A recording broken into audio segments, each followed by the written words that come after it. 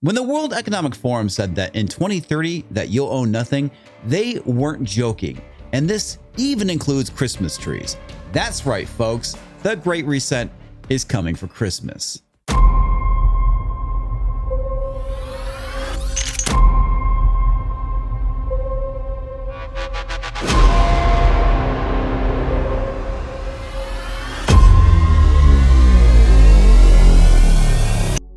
This article comes from the Washington Times and is titled The Great Reset Comes for Christmas, and it's written by Jennifer Harper. All right, let's go and take a look at this thing here. Let us review The Great Reset, a proposal released in May by the World Economic Forum and other globally minded folks who outline a plan for a planet-wide economic recovery. Except this is not about economic recovery, it's about changing capitalism globally into what is known as stakeholder capitalism. Stakeholder capitalism is a system in which corporations are oriented to serve the interest of all their stakeholders. Among the key stakeholders are customers, suppliers, employees, shareholders, and local communities. Under this system, a company's purpose is to create a long-term value and not to maximize profit and enhance shareholder value at the cost of stakeholder groups. What this does is it allows companies to push this false sense of altruism. Rather than saying they want to go and maximize profit, which ultimately benefits their shareholders, they can say that they want to go and push XYZ political agenda or social agenda. All they have to do is go and implement it, and the executives, they get their money. So in a nutshell, it's not about economic recovery. It's about transforming capitalism into being something that is more equitable. I digress. The world must act jointly and swiftly to revamp all aspects of our society and economies, from education to social contracts and working conditions. Every country from the United States to China must participate, and every industry from oil and gas to tech must be transformed. In short, we need a great reset of capitalism, the organization said in a master statement at the time. Now, back in June, I read an article from The Hill, which kind of covers what I just read, but it goes into a little bit more detail. So I do recommend you go and watch that video. The Great Reset embraces such mottos as, you'll own nothing and you'll be happy. I don't know about you folks, but I actually enjoy owning things like property, and I do value my privacy. And the idea that they're laying out you won't own anything and you won't have any privacy sounds very, very dystopian to me. This is not a future that I am looking forward to. And the US won't be the world's leading superpower, says Mark Morano. That's probably because they'll be pushing for China to be the world's leading superpower rather than the United States. And again, that's something that it is not going to benefit anybody in the world. Founder of the Climate Depot, a canny online news site which tracks climate alarmists and other issues. And if you come over here and go to climatedepot.com, the funny thing here is the first article they have on here is that we're going to go from COVID lockdowns to climate lockdowns. And this is something that I've said on a few live streams. I don't think I've actually said it in a video yet, but this is something that they're pushing for. This is what they're trying to do with the Great Reset.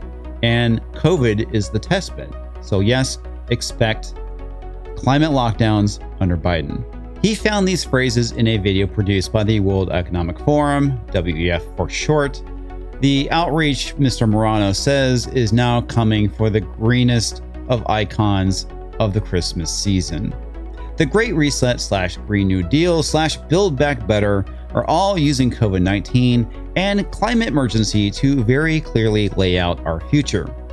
No private ownership of houses, cars, or even Christmas trees, Mr. Morano said. Now, in the video from the World Economic Forum, they say that you'll own nothing and you will rent everything, and this will include Christmas trees. On Climate Depot's site, they have a link to this article. This is basically what the article I'm reading is talking about. And there is this tweet where this guy says, they're trolling now. Nobody's renting Christmas trees. And there's a post from the World Economic Forum that says why people are choosing to rent their Christmas trees. And there is a link to that article right here. There you go. There's no way around the fact that Christmas has a large carbon footprint from the traveling that we do and the presents we give and the large amounts of food we eat, but it is possible at least to reduce the negative impacts. With climate change and carbon dioxide levels now major sources of concern, surely it is time to see what can be done to be more friendlier to the environment, and the Christmas tree is a good place to start, explained a research article featured at the WES website, which came with a how-to recommendation. Now, the funny thing about this is that they don't bring up at all the fact that a lot of people have moved to fake trees. I mean, I can't recall the last time I actually had a real tree in my house. I mean, me personally, ever since I've been on my own, I've never had a Christmas tree, mainly because I know my pets would destroy it. But as a kid, I think there was a few times we had a real Christmas tree, but ever since I was 10, I want to say I had mainly fake trees. Maybe I was younger, I don't know. But the problem is, folks, is the fact that they're talking about renting live trees and then going and replanting them rather than saying, why don't you get a fake tree instead, which is, you think would be a simpler solution. But again, you will own nothing and you will rent everything. The transportation, harvesting, and disposal of Christmas trees apparently contributes to their carbon footprint or trunk print, as the case may be.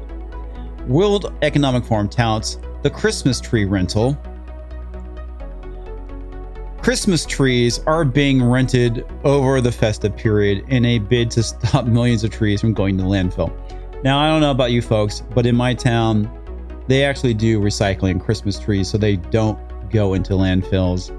And again, I think a lot of people actually do have fake trees these days, but what do I know? I haven't put up a Christmas tree in years. The trees are taken home in a pot and in return in the same one. The farm then replants until the following year, Mr. Morano said. And this is basically where the article ends, at least when in regards to where it's talking about the Great Reset and Christmas. It kind of goes in talking about Joe Biden and Trump, and I'm really not interested in talking about that, at least not when it comes to this article.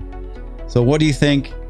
Are they coming for Christmas? I think they are, because obviously, as they said, there's a huge carbon footprint, and we all know that the COVID lockdowns, the things that are being done in the name of COVID-19 around the Great Reset will be used in regards to the environment. And therefore, as this article stated, Christmas has a large carbon footprint, and therefore we must cut back on Christmas. Be it eating copious amounts of food, or visiting family, or giving presents, or even having a bloody Christmas tree. Nothing is safe from the Great Reset. That's all I have for tonight. This is Ian, signing off.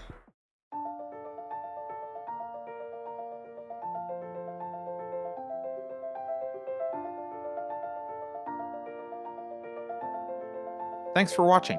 If you're new to the channel, we have a deep content library that includes interviews with everyone from Mike Cernovich to Megan Murphy, so go check it out. If you'd like to see more, please consider supporting the show by visiting unsafespace.com/donate. You can find us on all the major social media platforms, at least for now, and you can find a community of like-minded individuals on our Unsafe Space chat on Telegram. See you there.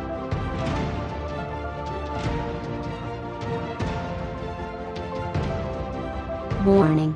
This is an unsafe space. Dangerous ideas have been detected. The content of this production has not been authorized by the Cathedral. Pay no attention to it. For your protection, the following co-conspirators have been unpersoned and marked for cancellation. 大家好， Welcome to Very American Social Credit System. 祝好运。 Here's a fun fact. Voting incorrectly is now considered a willful act of sedition. If you think about it, no one should be allowed to express opinions. But don't. Think about it, I mean. That's not your job. Thinking has been scientifically proven to be less efficient than compliance. Did you know that research indicates that humans are the only species who prefer captivity?